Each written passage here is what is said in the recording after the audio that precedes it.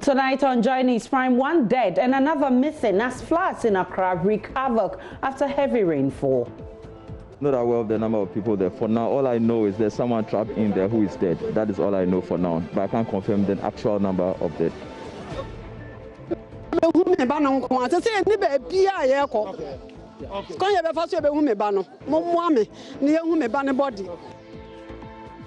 The National Disaster Management Organization will give us details on the extent of the wreckage. A man who raped and tore the back of his 3-year-old son for bedwetting sentenced to 24 months in prison.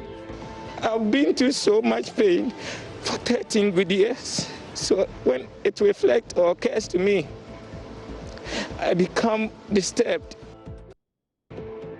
Also in this bulletin, Parliament votes a 106-92 decision to greenlight the Electoral Commission's constitutional instrument to give legal backing to plans to compile a new voters register. The CI 196 will become law from tomorrow.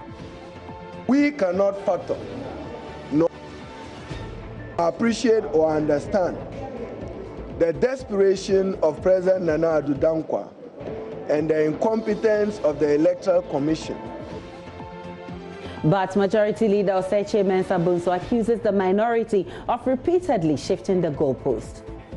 So they keep shifting the goalpost. When we are debating the estimates in the chamber, the position of the minority leader and indeed of the minority was that, yes, the provision would not suffice. And in business, insurance experts advocate collaboration between government and industry players to deal with perennial floods. If government is prepared to spend money to give relief items and what have you, the insurers are saying, let's sit down and talk. How are we going to use these monies? Okay? The insurance company will do its bit. The owners of the property would also do their bit. My name is Aisha Ibrahim, anchoring Joynews Prime live in our studios from Kokomlimle on digital address GA09925339, also on DSTV channel 421 and GoTV channel 144. Remember, Joynews is free to air because we are on DTT.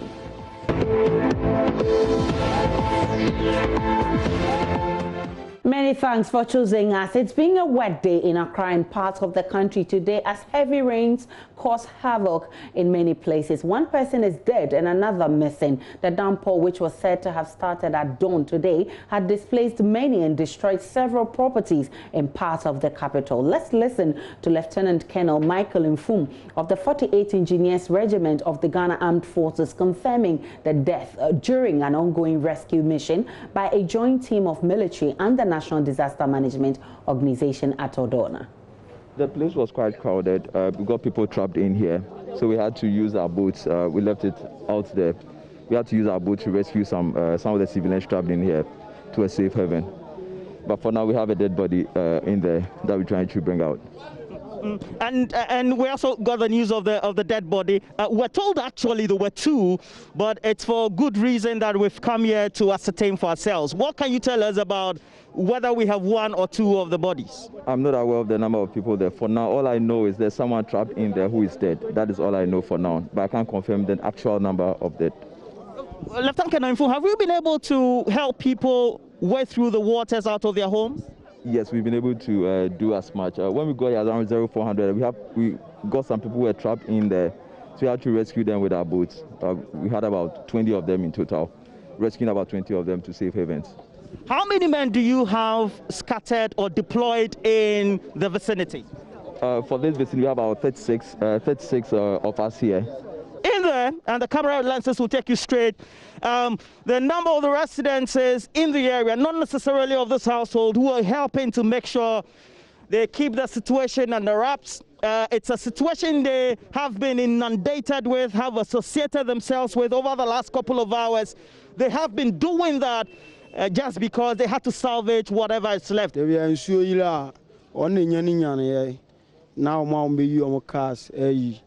wow, I didn't know, now they are 2 years.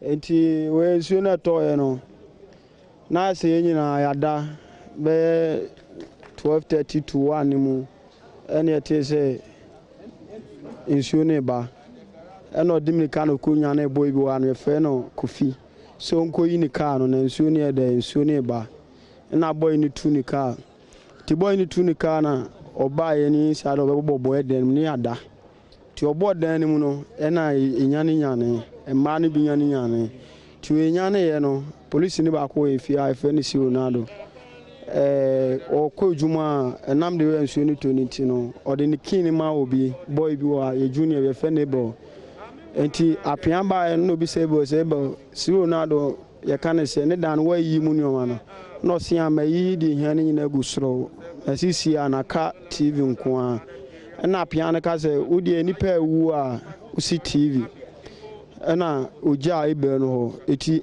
owura ɛdan na osan ebe no ho ɛyɛ kodwo no owura osan ebe no ho owura dan no mu no ne ati sɛ bibi agi gum ti ati sɛ bibi agi gum na ma no sate sɛ ɔmtetem sɛ mɛma mlo ɛna ɛyɛ fast but ne nipa ɔne ɔmo dan mu ho no ɔka ho a miɛnsa. Joynews has also interacted with residents of Odona who complain that persistent flooding of their community is frustrating.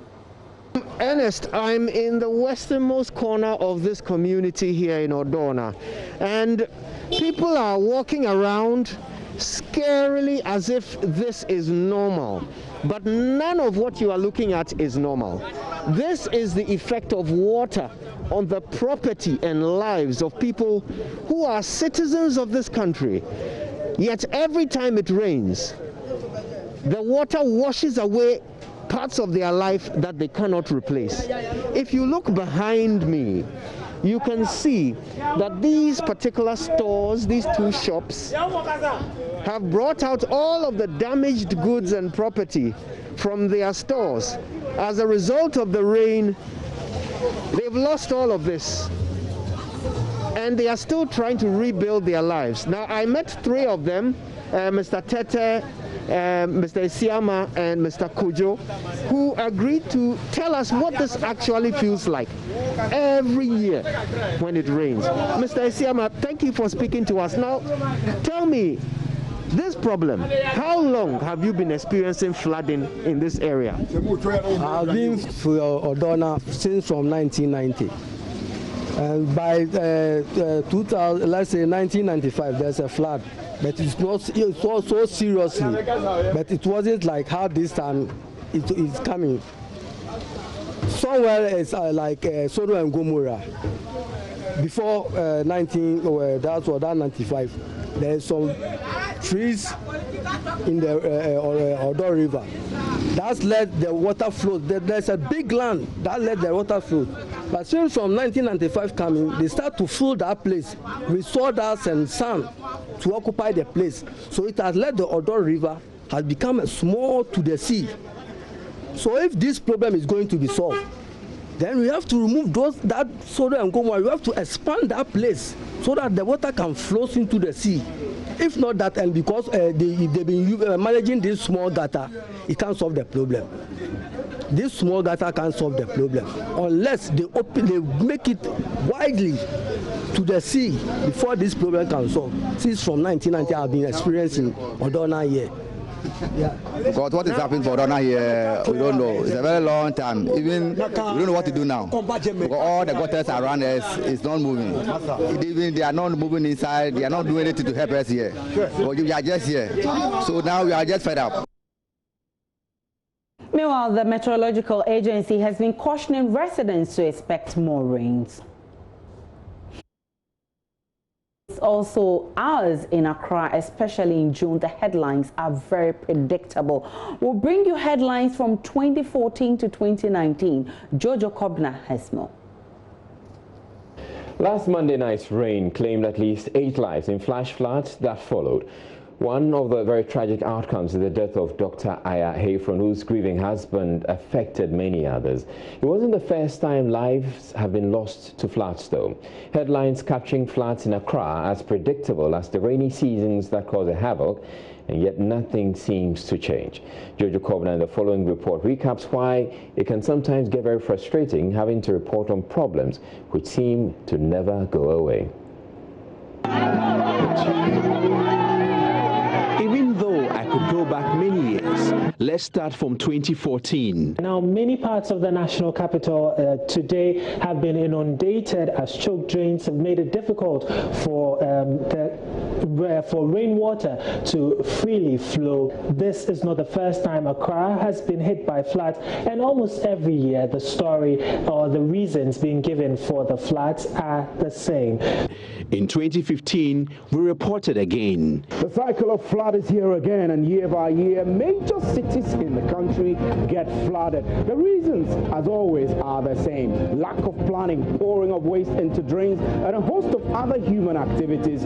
When will it ever stop? What will it take to save our cities from the perennial vulture cycle of flooding?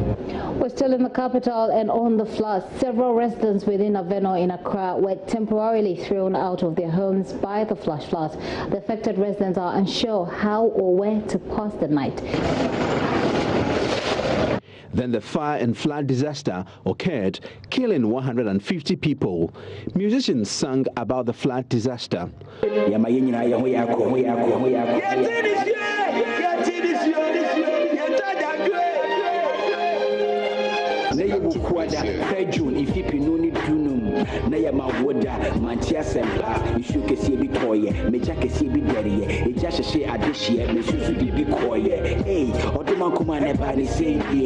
Politicians promised never again. Drastic steps are necessary here if we are to permanently address this perennial problem. We'll intensify our efforts to expand and modernize our drainage system.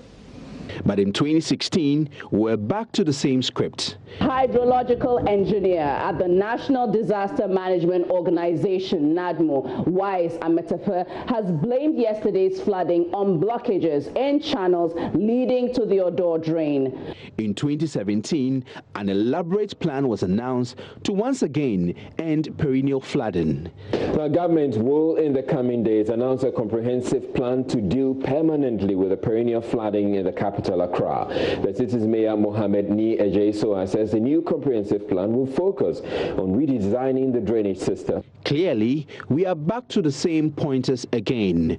Journalists have reported, musicians have sung about it, politicians have promised, yet nothing has changed. And I'm not looking forward to coming to sit here next year and talk about how many people are dying because of flood. We certainly need the authorities to do something about this. Well, what happened? We have played this report for 3 years. I'm here again reading the same script in 2020. Let's see whether I'll be here in 2021 reading the same script. Well, still on floods, one person is feared dead in a squatter community around Parakou Estate. The 26-year-old father of one was sleeping in his makeshift structure when he was carried away by the floodwater into a big drainage system. A search is underway to find the missing man, who many of the residents believe is dead. Maxwell Agbagba has been in some flooded communities in the Greater Accra region and now reports. A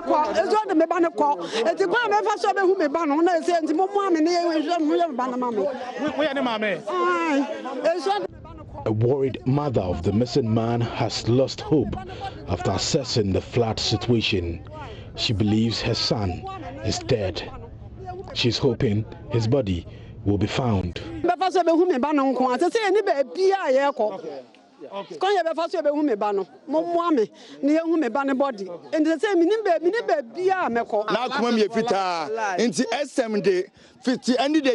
Family members and other residents were thrown into a state of mourning.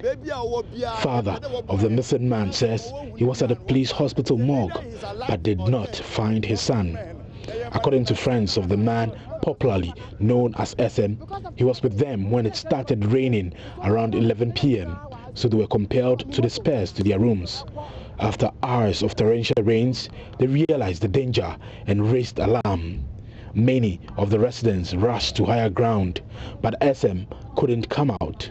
This is right behind Parakou Estate. The drainage system here overflowed banks and then got into the community, destroyed all their makeshift structures. Many of them told me they do not have a place to sleep this evening.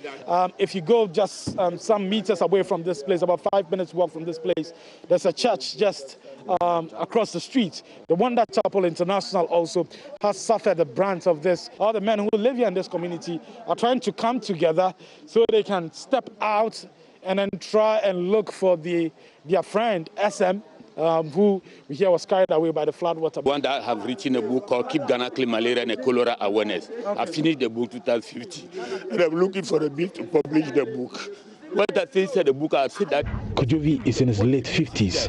He says circumstances beyond his control forced him to come and live in this squatter community. He's calling for government intervention. Not thinking about constructing the dreams. This is the problem. And then the people that give a license for people to build, that they let people build in the water lane, why they give permit for those people.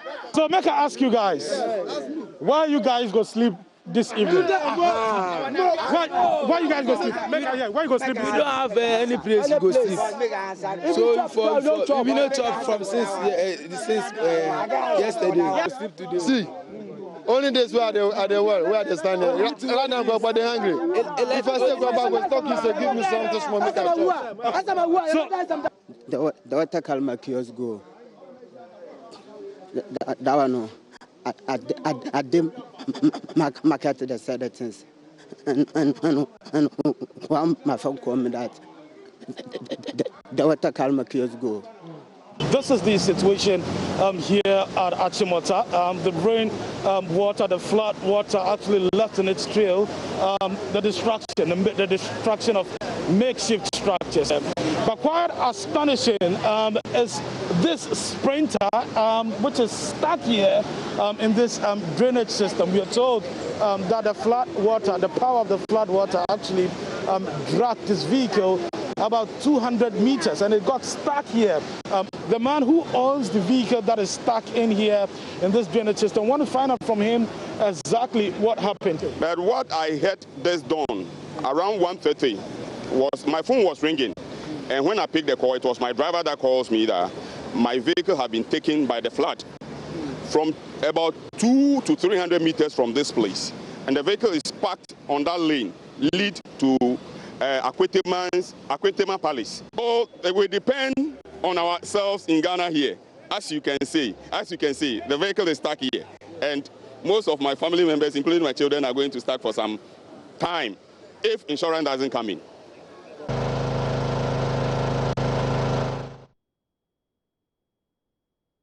Well, joining me via Zoom is Deputy NADMO Coordinator Abu Ramadan. Good evening to you. Many thanks for your time. Good evening, and thank you for having me. We're witnessing yet another destruction of property and unacceptable death 6 days after we marked 5 years of the terrible twin disaster of June 3. The Metro Agency says this is just the beginning. How else does NADMO want to convince us that this perennial flood will be resolved? Or will I be here again to read the same script? Good evening to your viewers, and it's our prayer that as a country we can move beyond this perennial flooding issue, and I think government has taken serious steps in mitigating the impact of heavy rains whenever it comes. And for that matter, if you remember the launch of the Gamma project, where the World Bank, together with the government of Ghana, collaborating to re-engineer the drainage system in Accra to allow for the volumes of water that we see. And just for a reminder, this is not this year. I would say this is about the third time we've had this magnitude of rain, and it's just unfortunate that this has impacted heavily, because now the ground is filled with water, and our attitudes as a people have not changed entirely.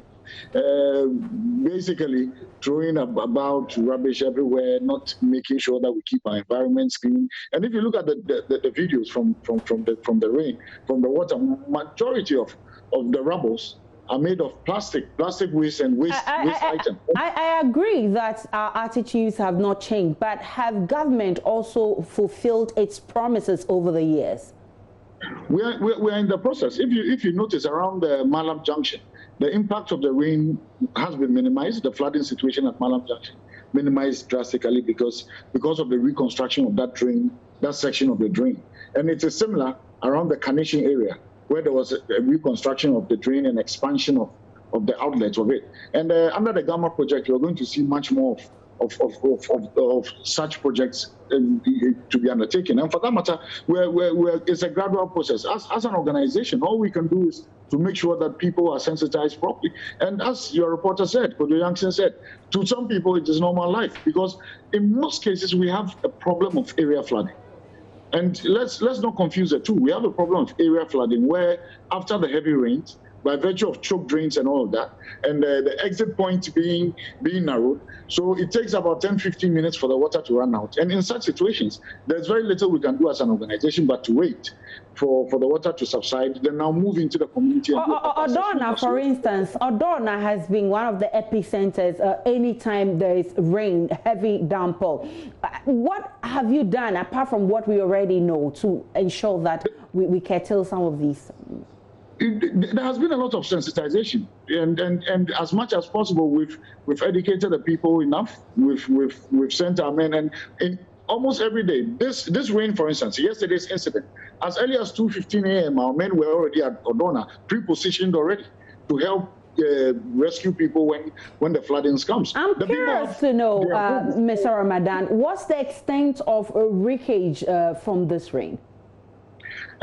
Assessment is being done. We're hoping by first thing tomorrow morning we would have a full report ready for us to understand the real impact of the rain. And also search is also underway for the missing person who was washed away in the kiosk. And we are still searching for the body of that person. So for now, we're still putting together the report, and by first thing tomorrow morning, that's how come I'm still in the office up to now. Hopefully by first thing in the morning, we'll have a proper report as to the real impact of the rain. Does this mean relief items have not reached victims yet? You see, it's a little difficult if immediately after the rains we're rushing to send relief items when we really don't understand and know the nature of the needs of the people. Probably some affected victims don't even need food items. All they need is a blanket or mosquito coil or mosquito net. I will give you food item. I'm not giving you what you need. So there must be a proper assessment and for sure give you what you need and make sure that So it means that displaced people who have lost places where they can pass the night would have to pass the night outside till you finish your assessment. Not necessarily. In the case of Odorna, most people whose shops got flooded, most of their businesses got flooded, don't live within that community. Those who live within that community have family members where they can move into for the night, and also so that tomorrow morning or later on during the day when we have this night, when we have full understanding of what... But certainly you agree that the number of people who have lost places where they can pass the night, where they sleep. So what are you doing to those people? Most of those affected people probably are those who are homeless already. People who don't have proper homes to stay. And those ones, makeshift structures are being quickly, as I talk to you now, the municipal director is on the field looking at what way to provide those people with a sleeping place tonight, so that whatever action needs to be taken will be taken. So how soon will relief items get to the people who need it? As soon as we understand the needs of the people. How soon? But for now, how long will it take you? Come again. How long will it take you to do the assessment?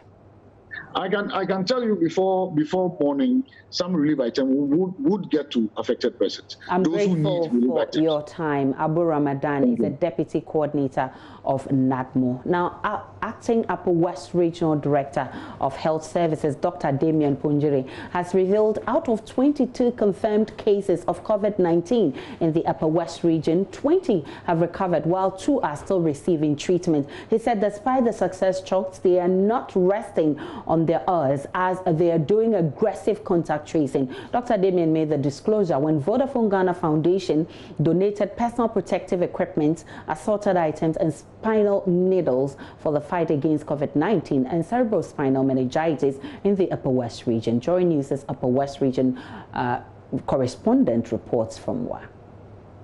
According to the Acting Upper West Regional Director of Health Services, Dr. Damian Punjiri, the Upper West region, as of June 5, recorded 22 confirmed cases of COVID-19.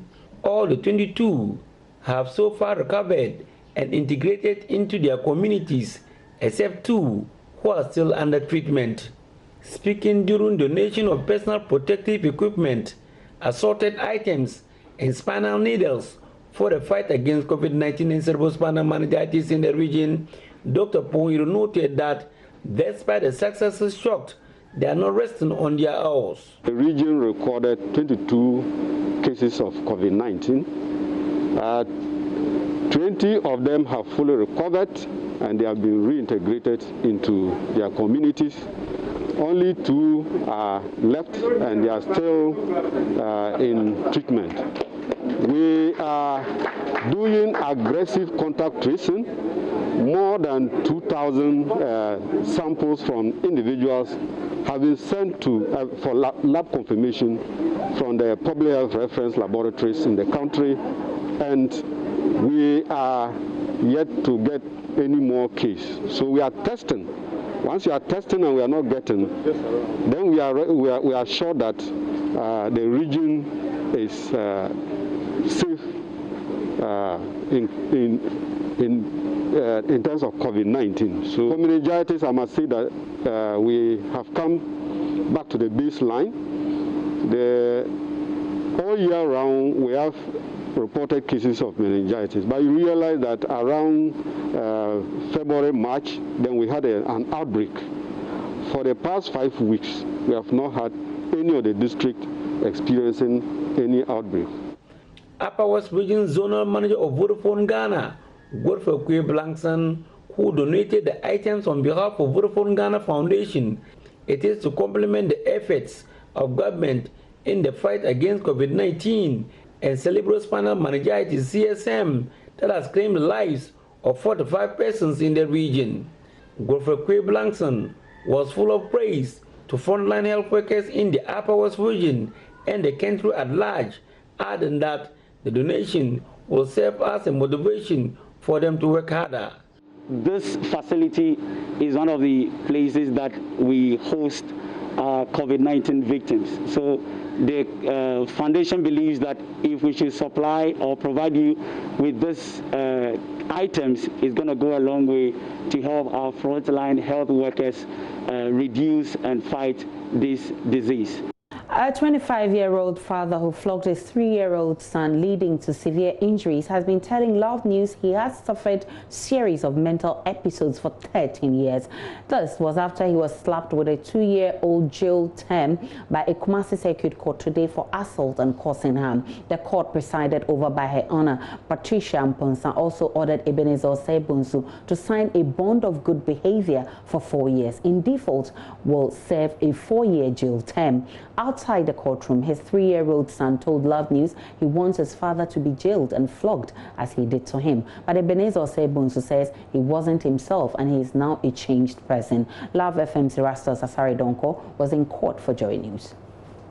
He is my first child. I am Ebenezer Osei-Bonsu. He is Osei-Bonsu worthy. He changed his plea from not guilty to guilty of assault and causing harm. Ebenezer Osei-Bonsu was slapped with a 2-year jail term for flogging his 3-year-old son, leading to severe injuries. Outside the court, the little boy had this message for his father.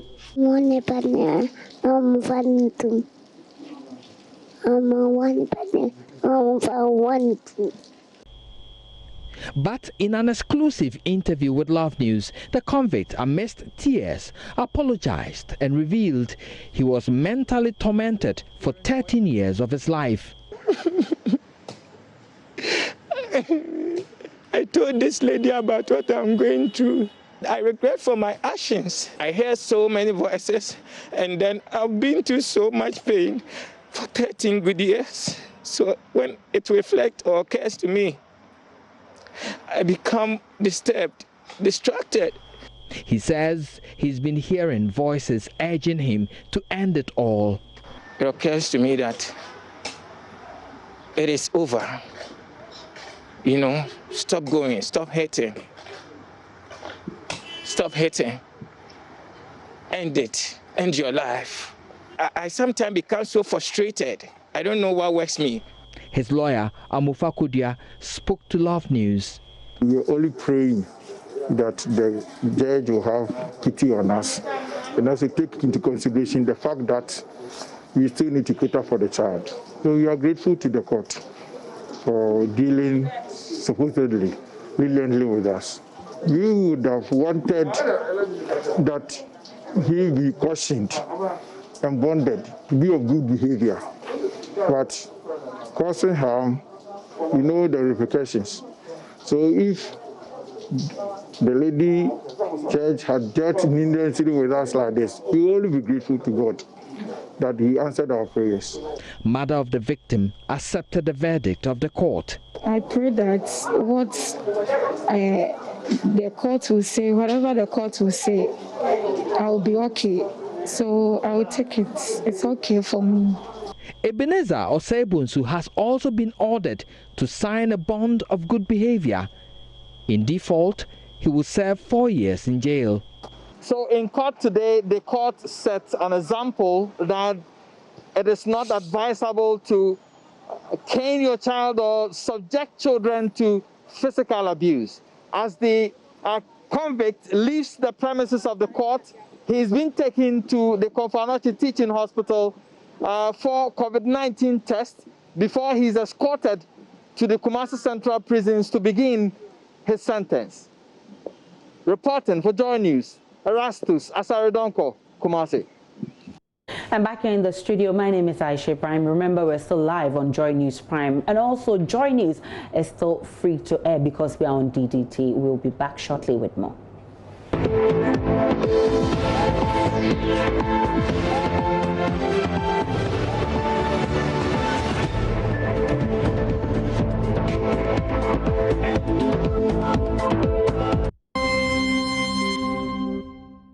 It's time for business. Sandra Penny is here with the very latest from that. Yeah, it's all about the floods, you know. Yes, of course. It's caused really to businesses.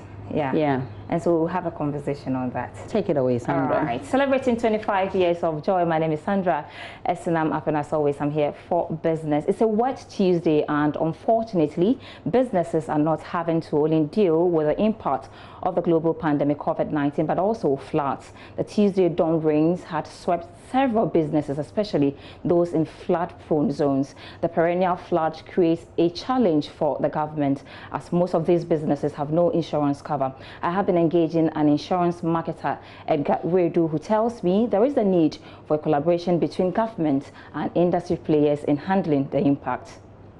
We don't even have flood-prone areas. Almost every place is getting flooded now. Almost every place is getting flooded now. So what happens is, are we therefore going to say we are not going to provide cover for any of these places in the country? Certainly not. We have to re-engineer the whole thing again. We have to look at it. And as I said, that one, we could enter into some kind of negotiations with the policy holders that we're not going to have the normal standard flood policies, which is under the fire policy. We are now going to do it one-on-one basis. We got to negotiate it so that, look, when the claim comes, right, maybe your deductibles is going to be at a certain percentage. Or buzzwords like maybe we'll share the risk and we'll share the whatever it is, like, you understand. So in a situation like this, you are making sure that you are not getting out of business totally. Okay, you're going to come back to business.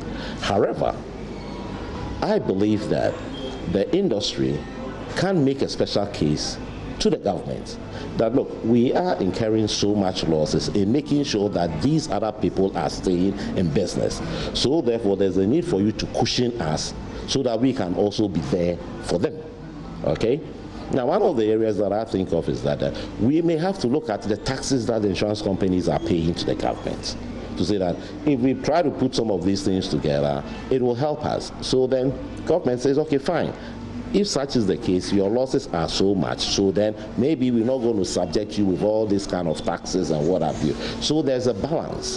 Insurance penetration in Ghana is quite low, and so having to get people to understand that you need to insure your home, you need to insure your small business is going to be a very huge task on the part of the insurance company. So are you saying that government should be the ones to insure these flood-prone areas and communities?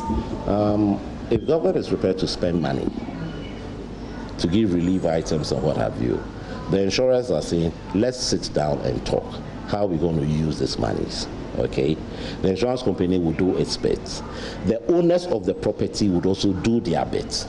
So it is not like some kind of a free way for the insurance companies to throw out money. No, we are all going to be part of it. Now, if you begin to understand how these things work, right, we be careful in the kind of things we do. Don't forget, we try as much as possible to mitigate losses. So, for instance, someone tells you that this is a low-lying area. You know that you can have floods up to a certain level, right? So there's no point in having certain things below that level. Let it be up there. All kinds of mechanisms can be put in place. Away from the floods, the Securities and Exchange Commission SEC says it is finalizing discussions with the Finance Ministry for a bailout package for customers of defunct fund management companies. The move has become necessary following a shortfall in the budgeted amounts by the Finance Ministry. Reverend Daniel Obami-Tete is Director General of the Securities and Exchange Commission. We are engaging the ministry or the government for that matter on what bailout package they will be able to provide for affected investors. Now, the process that we are following is the liquidation process. Ordinarily, the liquidation process must end. Then liquidation proceeds will be used by the official liquidator to sort out the affected investors. But in this case, government has indicated that it would throw in some support. The only thing is that government wants to see a validated position. So we are still engaging with government to be able to determine exactly what they will be doing in terms of providing relief to support the affected investors. Now, when we are clear on these things, then we'll be in a position to make a definite announcement on when and how. Now I am aware that a lot of people are hurting because some of them are pensioners, some of them are sick, and so on and so forth. And I had to go out to them. I just want to say that we are not oblivious to what people may be going through as a result of this. But we are working hard through the processes to be able to come up with something that would ease the pressure that people are facing in these times. The first part of business, I'm back after 8 p.m. with more business news update. Do stay tuned.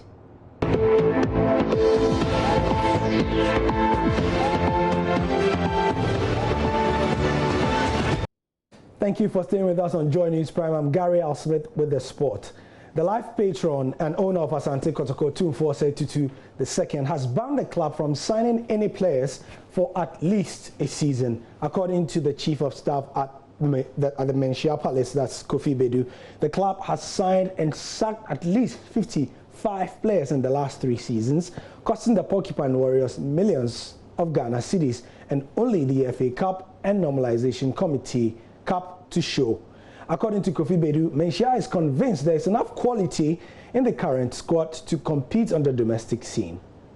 In the last 3 years, Kumasi Asante Kotoko have signed as many as 60 players. Since Dr. Kwame was made executive chairman of the Porcupine Warriors, this continuous signing of players, many believe, does not give the young players the opportunity of growing into the senior team.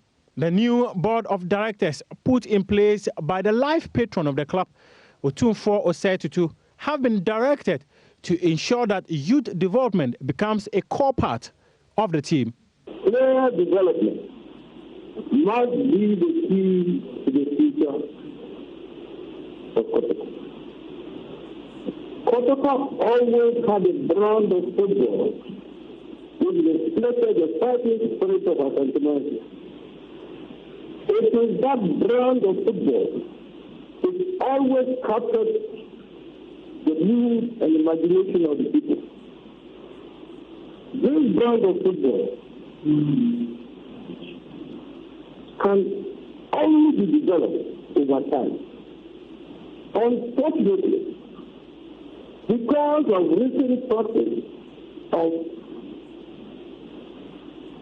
by which players are questioned and destroyed with almost as the person and destroyed with our duty,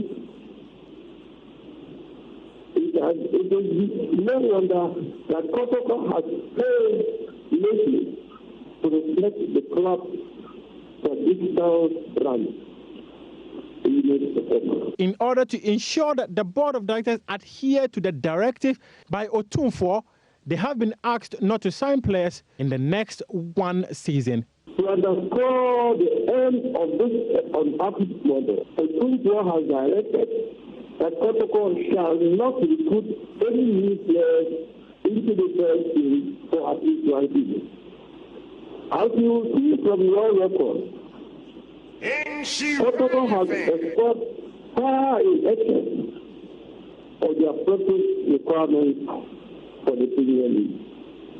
Kofi Bedu, Chief of Staff of the Mansia Palace, who delivered the message to the board of directors on behalf of Otumfuo, said that in yesteryears, Porcupine Warriors used to compete against the best in the continent.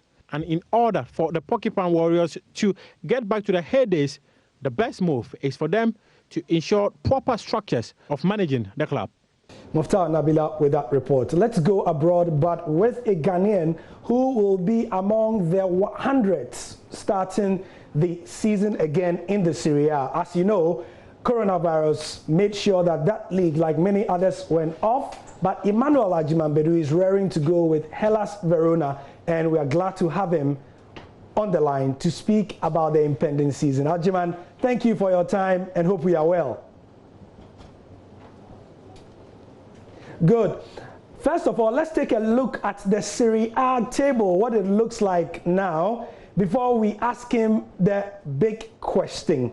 Now, currently, his club are not in the reckoning for Europe, but things could change very, very quickly. There you go. Juventus are top with 63, Lazio, Inter Milan, Atalanta. All these at the moment can qualify for the Champions League. Roma will qualify for the Europa League group stage, and Napoli will also make it for the qualification for the Europa League. What you don't see there is the club number 7, Agyemang-Badu's club, who are only 4 points into this. So let me begin by asking you, Emmanuel, what is the hope like in your club? Do you think you can make it into Europe? Thank you once again, and good evening to everyone. It's too early to think about going to Europe, and you know it left 13 games before the season ends, and it will be a very difficult 1.5 months for all the clubs because every 3 days we have a game. Before we started the league, our main ambition is to get 40 points to be safe in the league. Where we are now, no one was even thinking we will be there at this time, and I think we have a very good coach, a good team, young guys who are very hungry for success, and we moved to this area. So for now, we're thinking about to be safe in the league. Then after, if something happens, then we move on. But all the meetings we've been having, we know it will be very difficult for us as the weather is very hot. Every 3 days we have the games, and a lot of injuries are in camp as well. So we just need to be sure that we are safe in the league. Yeah. Then if we get the +8, then we move on. Agyemang, everybody is talking about the weird training exercises that are going on. Social distancing is being practiced across the world. So, and I see you smiling. How do you train by not touching people? For the past 2 weeks, our first 2 weeks, it was weird a bit. Like how you said, you know, we just passed the ball like 10 meters distance with ourselves. But I think now they have brought a lot of laws. Every 4 good days, you need to do the COVID-19 test every 4 days. So hopefully, and good for us, everyone is fine. So we have started like a normal training sessions. And this even morning, we had the COVID test. And maybe on Friday or Saturday, we have another one. So now training is back to normal, and we are enjoying ourselves. You're going to play behind closed doors. In 15 seconds, how is the team feeling about that? Weird. But it's very weird. We're not used to this kind of situations. Last 2, 3, 4 days, I was watching one German game. I said, wow. So this is exactly what is going to happen to us. Yeah. But we have some friendly games on our stadia, and we are getting used to it. This is the situation now. We can't do anything about it. We just have to abide with it. Excellent. And just get off and work and get the 40 points we need. Nice one. Thank you, Ajman. We appreciate your time. This is the new normal, and we are keeping it short and sweet. We appreciate you spending time with us tonight. Right. Emmanuel Ajman Bedu is a Ghana player, plays in the Serie A, and he may hopefully qualify for the Europa League next season by the time all this is over. And it's time now for Showbiz, and Becky's here. Good Hello to see you. Yeah. It's fun seeing you all the time, you know. And I love your green. Thank you, Aisha. So Tego Sisters, Tego Sisters, up to something. Yes, but first of all, let's start with Chenyom. Chenyom is a young, up-and-coming musician, and he was recently in a Dome FM studio, and he performed a song by Sarkodie. Sarkodie retweeted that on Twitter, obviously, and the guy is telling us that, Chenyom is telling us that after that tweet, his life changed. Okay. Aisha, I think we need to pay attention to the young ones. New discoveries. I think they're doing extremely well. Otherwise, we'll keep on talking about all these big artists, and then they will overshadow the ones coming up. So we've decided, me and you, right? Yeah, we'll promote them.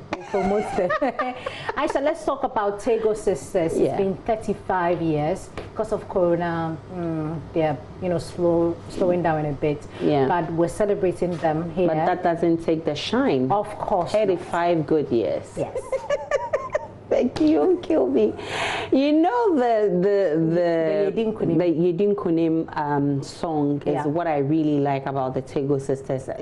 For me, it's I was surprised you know how to sing. Yes, of course. Can you give me a line of that, Aisha, please? Yes, do me the favor. Yedin Kunim, Yediko, Yebese Dibium. Oh, Yedin Kunim, Yediko, Yebese Dibium. Of course. So we'll go and do the remix in the newsroom. Thank you so much for bringing us Showbiz, and that'll be it for Showbiz. And on your election headquarters, Parliament has voted by a 106-92 decision to greenlight the Electoral Commission's constitutional instrument to give legal backing to plans to compile a new voters register. The CI 196 will become law from tomorrow. Out of the 198 MPs who were present in the chamber, 106 from the majority side voted in favor, while 92 minority members voted against it. The decision to conduct a vote followed a request by the minority leader Haruna Idrisu, which the speaker granted. Joseph Opoku-Gakpo was in Parliament and has filed this report. Parliament's approval of this constitutional instrument essentially means that when the EC begins registering voters, as far as the new voters register is concerned, you can only show up with either a passport or a Ghana card from the National Identification Authority before they'll register you. If you don't have any of the two, then you need to get two people who have already registered to guarantee on your behalf. The Electoral Commission will not accept the old voter's ID card. They will not accept the birth certificate. They will not accept the driver's license or any other identification document before you can get onto the voter's register. Before the House approved the CI and, for that matter, the report of the Substantial Legislation Committee, there was a bit of a debate. The chairman of the committee withdrew an earlier report that had been laid last week, Thursday, indicating that it had been edited by the ranking member on the committee, Yao Boabia Samwari, beyond recognition, and laid a new report which essentially recommended to the House to approve this particular document by majority decision, except that they made a number of observations, including making the point that per the current provisions in that document, it will be constitutionally problematic when you, for example, say the old voter's ID card cannot be used to get onto the new register. Well, various MPs made a number of arguments, both for and against the CI, including the NDC MP for Boku Central, Mahama Yariga, and Patrick Yabuama, who is the NPP MP for Kankwe Central. A vote on the CI. This is a vote on the adoption of the report of the committee. There is no motion on the floor for annulment. You understand? There are two distinct applications. That's correct. It's the committee's report that was debated, which the MPs are now voting on. So what are the likely outcomes It is clear that the majority will vote for the report to be adopted. Secondly, what is very important is that this is an academic exercise. At the end of sitting today, like I said in the debate, this CI would have matured. There's no motion on the floor per Article 11.7c to annul the CI, of which you require 2/3 majority. There's no application on the floor. If 2/3 say no, the CI cannot come into force. But the 2/3 will be voting on the committee's report and not necessarily on the CI. So the motion, in effect, is that this House should adopt the committee's report recommending that the CI should come into force. Are you getting the point? The CI committee is recommending that the CI should come into force by majority vote.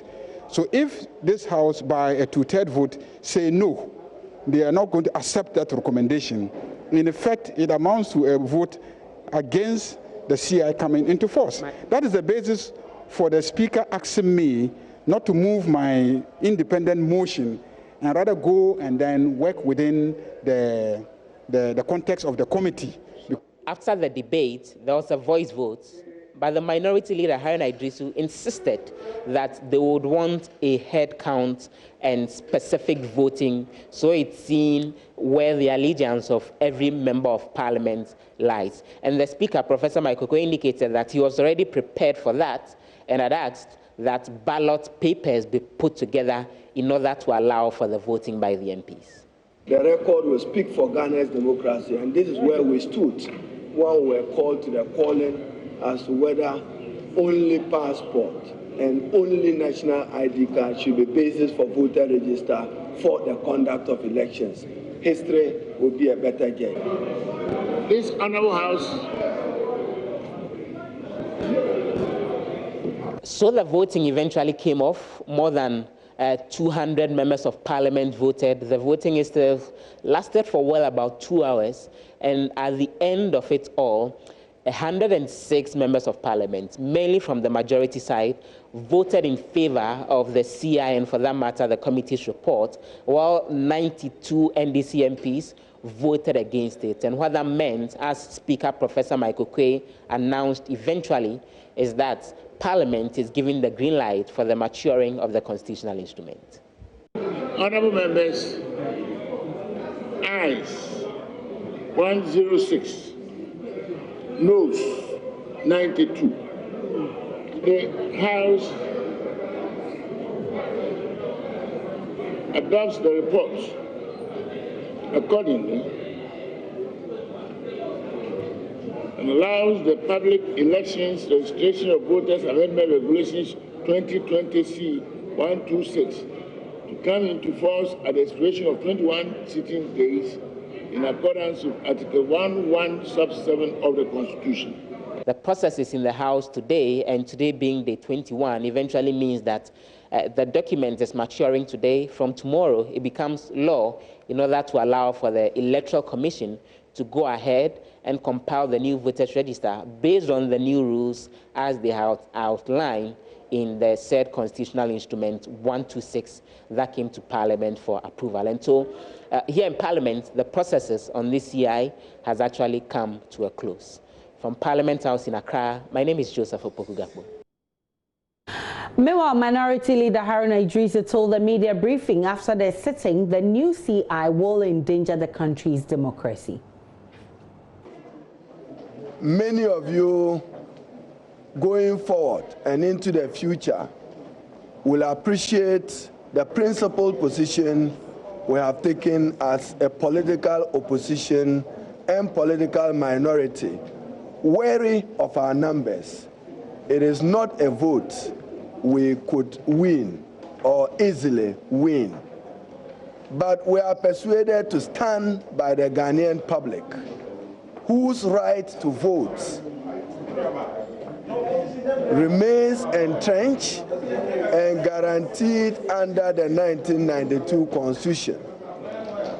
We cannot fathom, nor appreciate or understand the desperation of President Nana Addo Dankwa and the incompetence of the Electoral Commission to want to compel Ghanaians to only 2 primary documents, a passport and a national identity card issued by the National Identification Authority party. So none of us owe our citizenship or hold our citizenship at the pleasure of the President or the Electoral Commission. You have seen the due disregard of the Electoral Commission chairperson. 2 incompetent instruments laid and withdrawn. She did not even appear before the Subsidiary Legislation Committee. We in the NDC, we can make one pledge to you on behalf of President John Dramani Mahama, as he then was, Excellency President Mahama.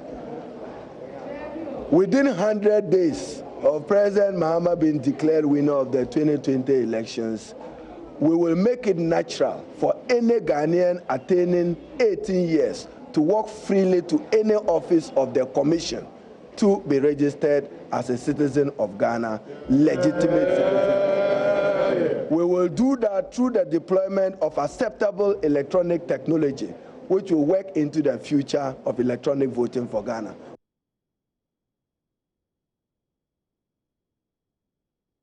Majority Leader Oseche Mensah Bonsu is also accusing the minority of repeatedly shifting the goalpost on why they are opposed to the new CI.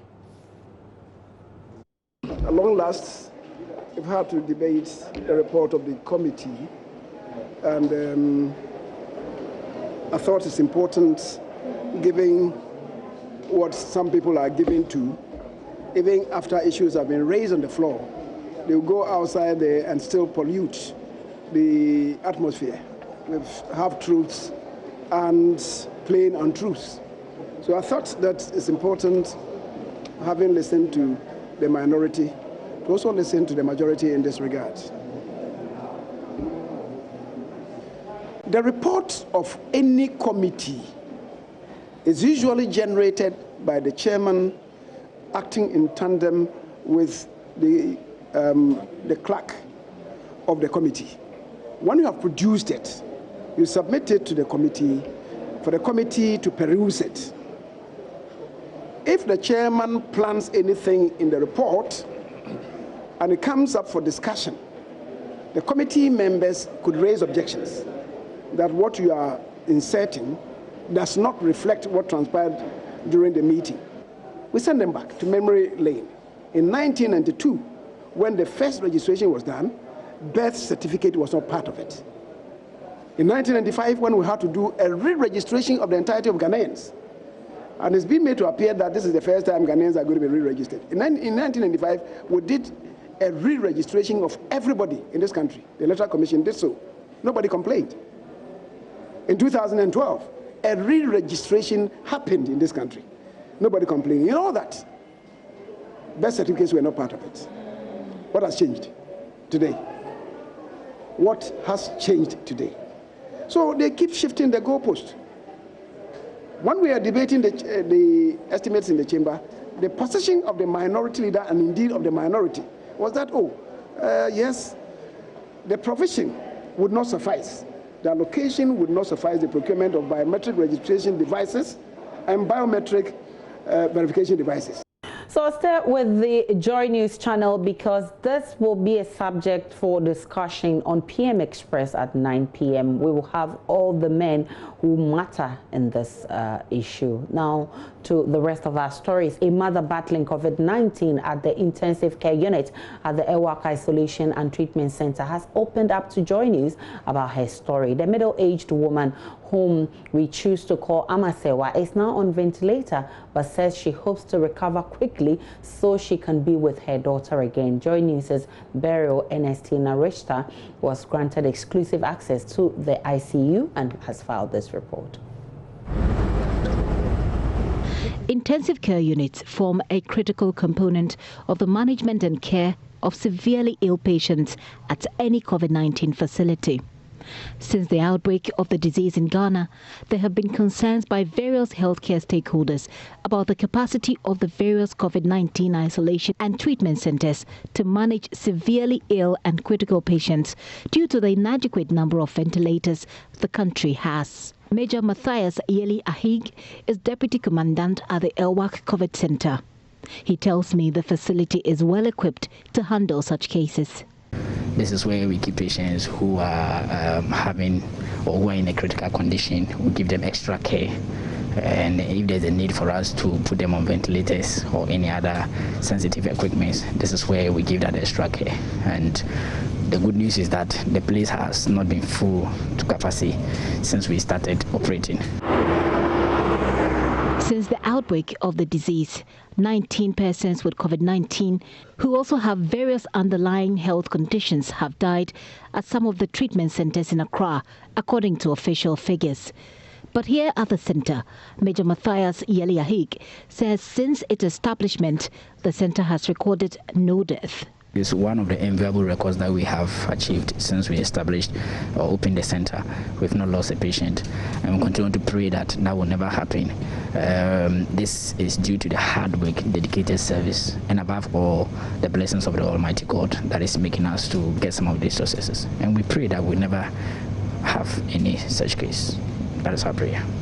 On our tour of the facility, the Joynews team is granted access to interview the only patient at the ICU whom we are told is on a ventilator.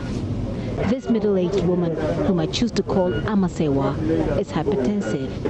She manages to open up to us on events, which led to her admission here. It wasn't easy, but I took it as it is. I gave everything to God. Sometimes you cough with stains of blood. That was me. I was having BP, so I thought it was just BP. So when I came to 37 Military Hospital, I didn't know when I even came there. So about 4 days ago that I realized I was in hospital. So sometimes when I cough, I use a tissue and then there's a stains of blood. So they send the sample to this thing and they detected that it was the COVID-19. According to her, news of her status came as a surprise to her, but the support from family gave her strength to survive the days ahead. So I was praying that God, the will of God should come true. But no, it was. The doctor came with my husband to explain to me that it was positive, so I should calm down here. Oh, he encouraged me that it shall be well. That's what he told me, that I will come back. I'll come back home into God. That God will help me. Because of Ama's condition, she is confined to the room where she is receiving critical care and treatment from staff at the center. It is the wish of patients on admission to have their family visit and interact with them, but this is not possible with people infected with COVID-19 who are in the various isolation and treatment centers. As a mother, Amasewa misses her family and desires to be with her adolescent daughter. My problem is my little child, 12 years. She's now heading towards the adolescent age. This is the time when she needs mother. That's my only problem. The coming days would be crucial for Amasewa's recovery, and if she is discharged soon, she would have to brace herself for the stigma out there endured by many who have also recovered. That will not be a problem. If I'm only healed, and you call me this stigmatization, I don't care. I'm a worker. I only want to go and work and take care of my family. Persons with COVID-19 like Amasewa in the intensive care units at the various isolation and treatment centers would require more than hospital care to be out of the woods so they can be discharged and go back to their families. And this is exactly what frontline healthcare workers are providing at this facility. Beryl Ernestina Richter's report for Joynews. A self-acclaimed pastor, Apostle Kwabena Usweje, who threatened to kill the Electoral Commission chairperson, has been arrested by the National Security Officers during a live interview on Accra-based Hot FM. Apostle Kwabena Usweje is seen in a viral video threatening and castigating President Akufo-Addo and the Electoral Commission chairperson Jean Mensah over the compilation of a voters' register. His arrest was not without drama. Bingo. Congratulations, Apostle. Also, I wish you be there.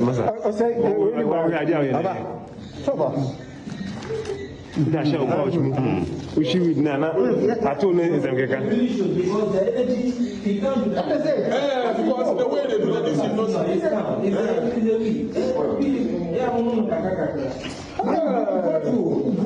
is Well, he has been charged with threat of death and possession of narcotics. Joining us via Zoom to give us details on his charges is our court correspondent, Joseph Akable. Joseph, you've been studying the charge sheet. What are the details as far as his charges are concerned? And so specifically, there are 3 charges that have been leveled against him. The first has to do with the threat of death that he made reference to. The second is offensive conduct, and the third being possession of narcotic drugs. Now, he was put before an Accra Circuit Court earlier today, and the points that the judge made was he had some concerns about the remark that he had made, and made the point that, the fact that you have access to various platforms or various social media platforms does not mean that you have the chance to say anything that you like. In fact, the judge was very much concerned about his utterances and made the point that it's as a result of that he feels that for now, even before the case starts properly, he should be remanded in the custody of the police pending further investigations. And so for now, he remains in the custody of the police. The case has been adjourned to June 22, where he's suspected back in court. Depending on whether or not the state is ready to proceed with the matter, we'll decide the next line of action. But for now, the charges against him, 3 of them, threat of death, offensive conduct, and possession of narcotic drugs. Thank you very much for that update. Joseph Akable is our court correspondent. And of course, ever imagined your business screech to a halt, all because of connectivity? Stay tuned in the second segment of Business for the details. Welcome back to Business, and like Aisha indicated earlier, ever imagine your business screech to a halt or because of mobile connectivity? That's the disturbing way of life of farming community at Achim Tafo Nobi in the Ebuakwa North constituency in the Eastern region. Charles Haiti visited the township and saw firsthand the extent to which foodstuffs have been left to rot at the edge of major roads as farmers are disconnected from their buyers due to bad voice and data connectivity. Here's more. It's morning, the start of a busy farming day for Daniel Tete, known here at the Nobi village of Achim Tafo Nobi in the eastern region as Dade Manche, king of the farmers. Hello, network. Daniel could have been really powerful, but for his lack of connectivity. Hello. Now, this is the cost of living here at Achim Tafo Nobi. With no network, farmers are cut from all forms of mobile telephony. A troubling development amidst the coronavirus pandemic when information is very key. The network is very bad. It's really been a worry to us. It's been this way for a long time. A farming community of about 700 people. The movement of cash from the farming gate to the market centers in Accra is very crucial. The only option for farmers here is online mobile money transactions. Desperate to place a simple phone call, these farmers have 2 options: wandering through the farm for a stable connection or climbing trees. I watched this farmer in his early 40s fall off a tree as he tried placing a simple call. He was determined to get up on the tree for that call, which could only last for a few minutes. This is experience many others go through in this farming community. I have lived here for the past 30 years. I am a farmer. I go through a lot just to place a simple phone call.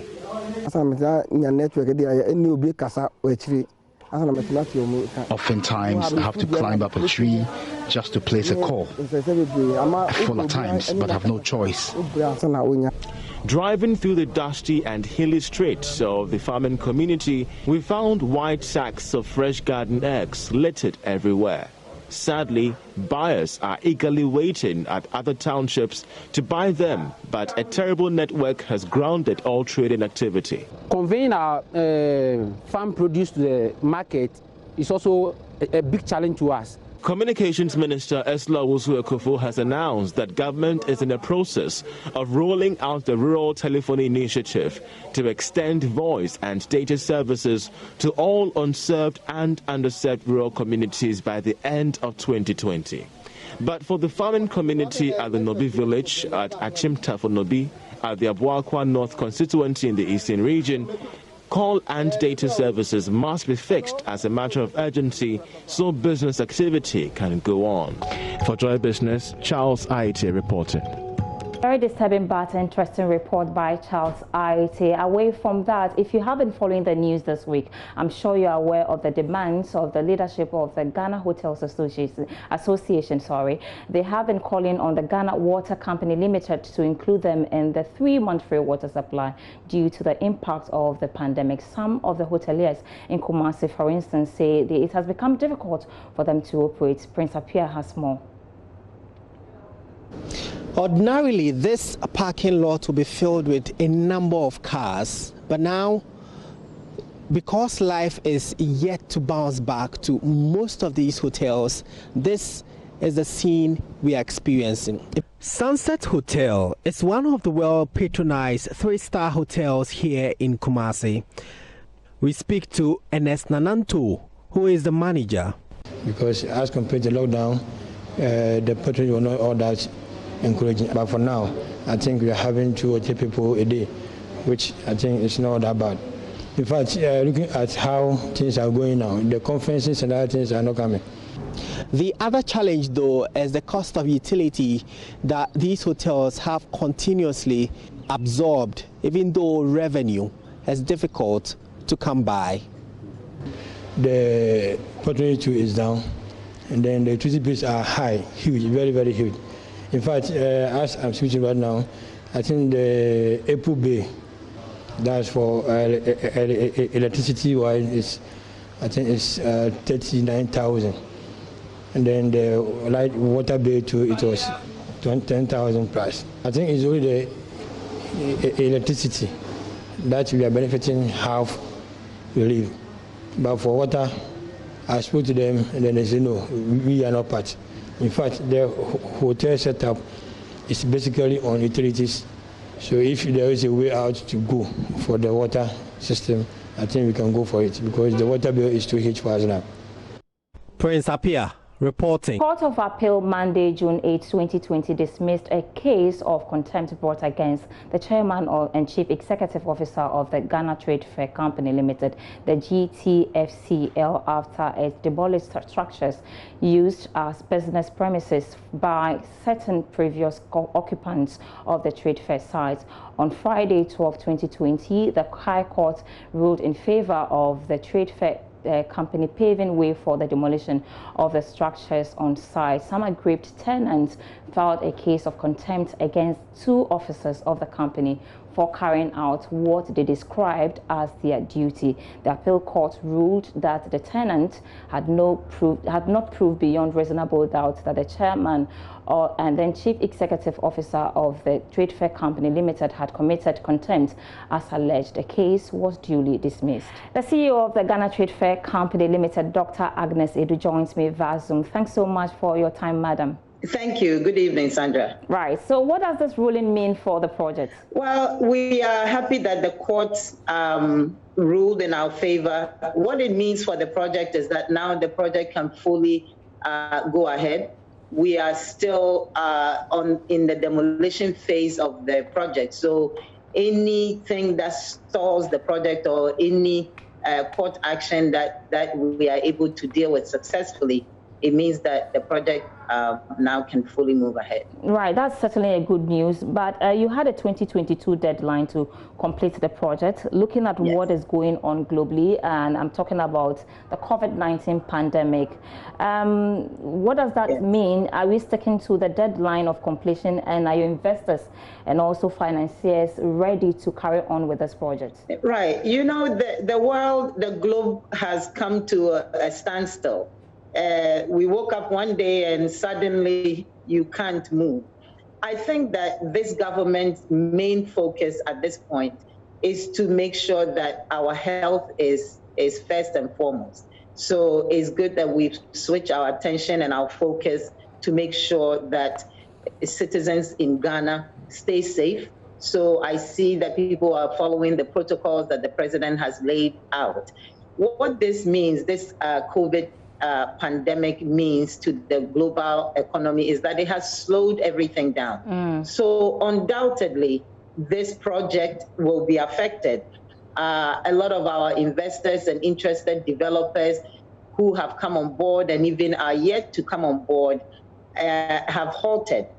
Clearly, they cannot travel into the country. And even the way that the global economy was hit so hard, a lot of investors have to think twice about bringing on board new investors. But with that said, we are still sticking to our 2022 deadline to at least finish the Convention and Exhibition Center, which we think we can still meet.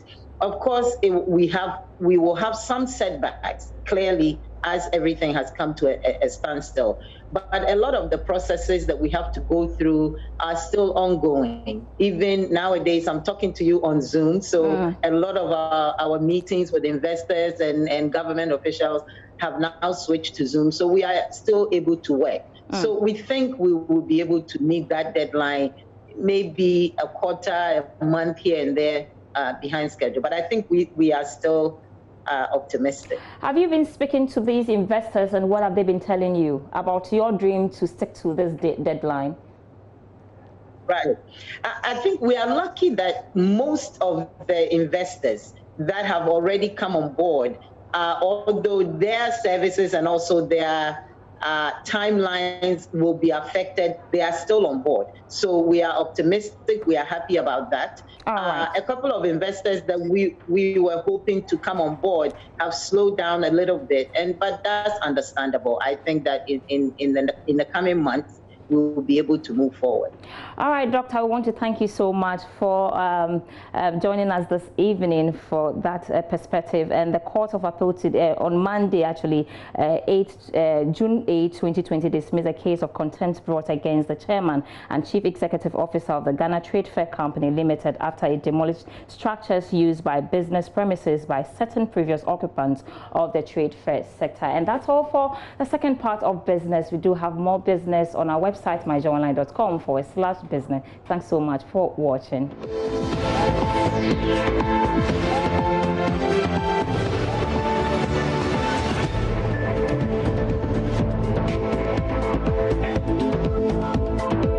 And thank you for staying with us on Joynews Prime.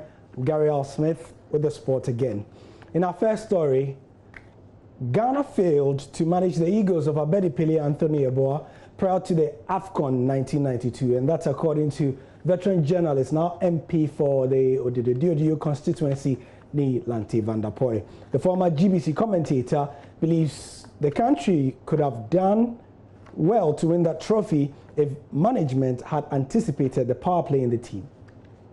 The two players, Abedi Pele and Anthony Yeboah, were Ghana's biggest stars for the Cup of Nations in 1992.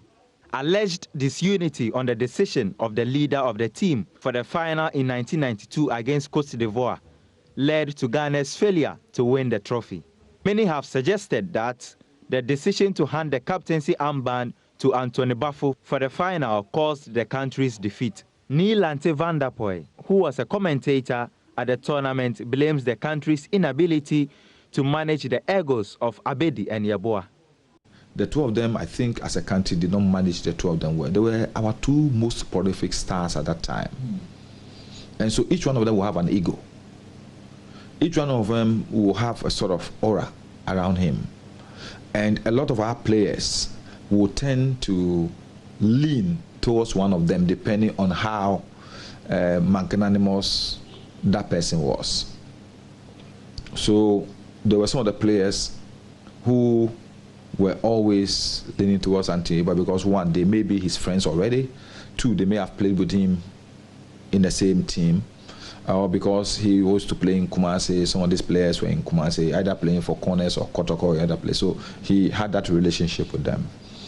Abedi Pele too is an Accra boy, and he also have played with RTU, so we may have some players from RTU stock who were around at that time.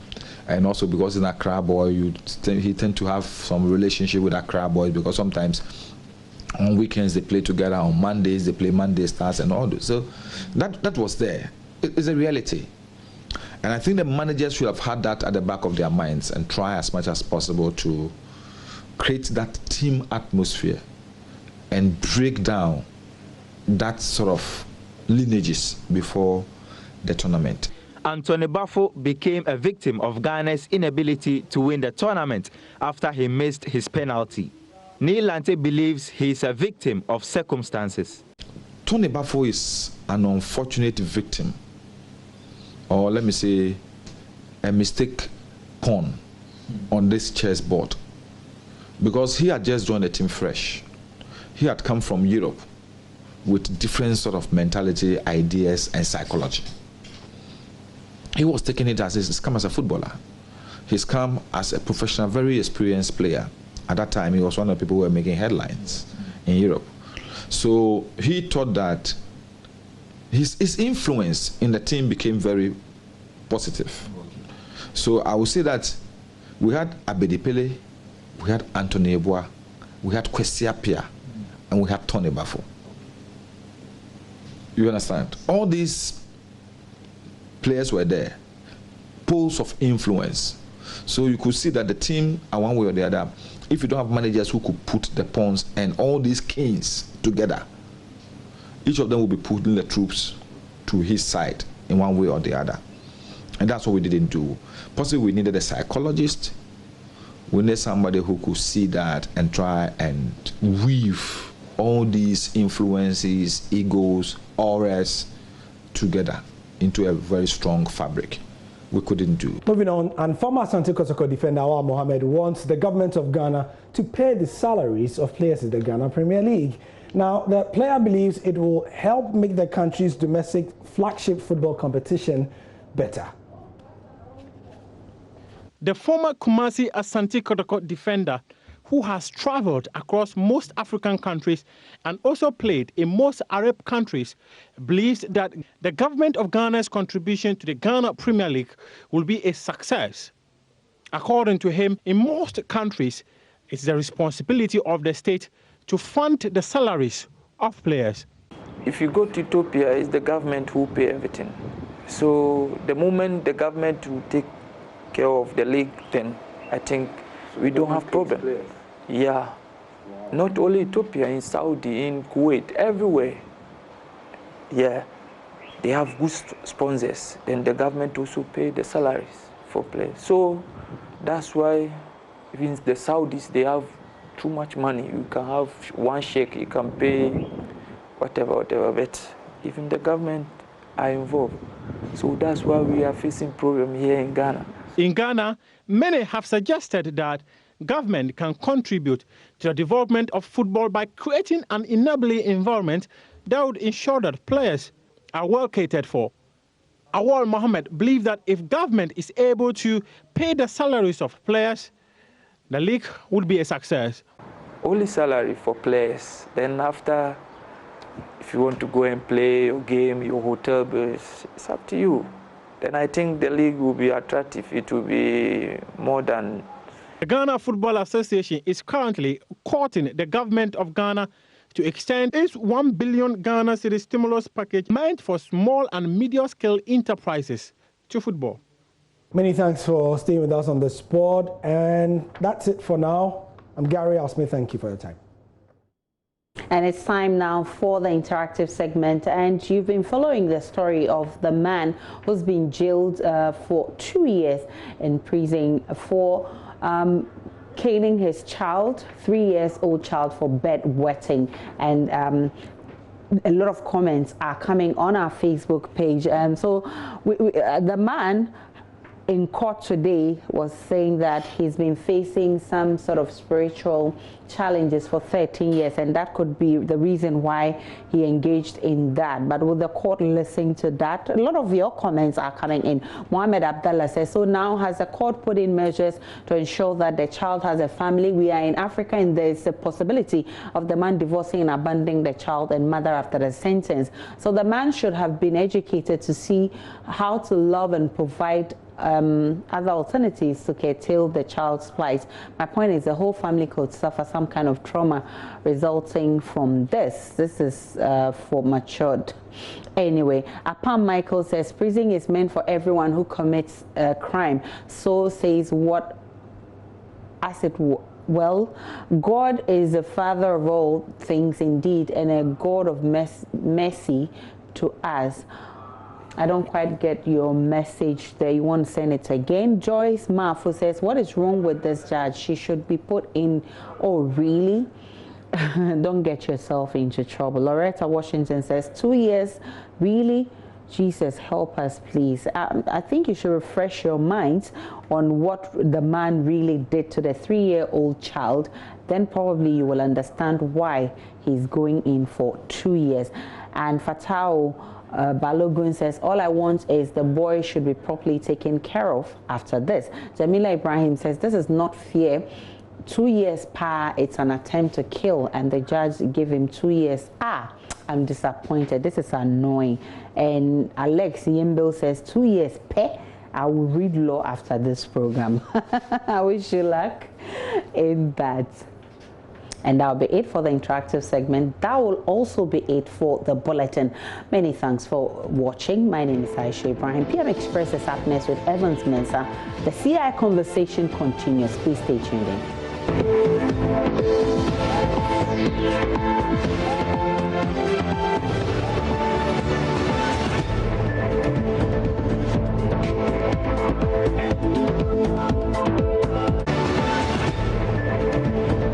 Joynews Prime is brought to you by Gastron. We bring down the smiles more. Gastron, effective relief from stomach discomfort.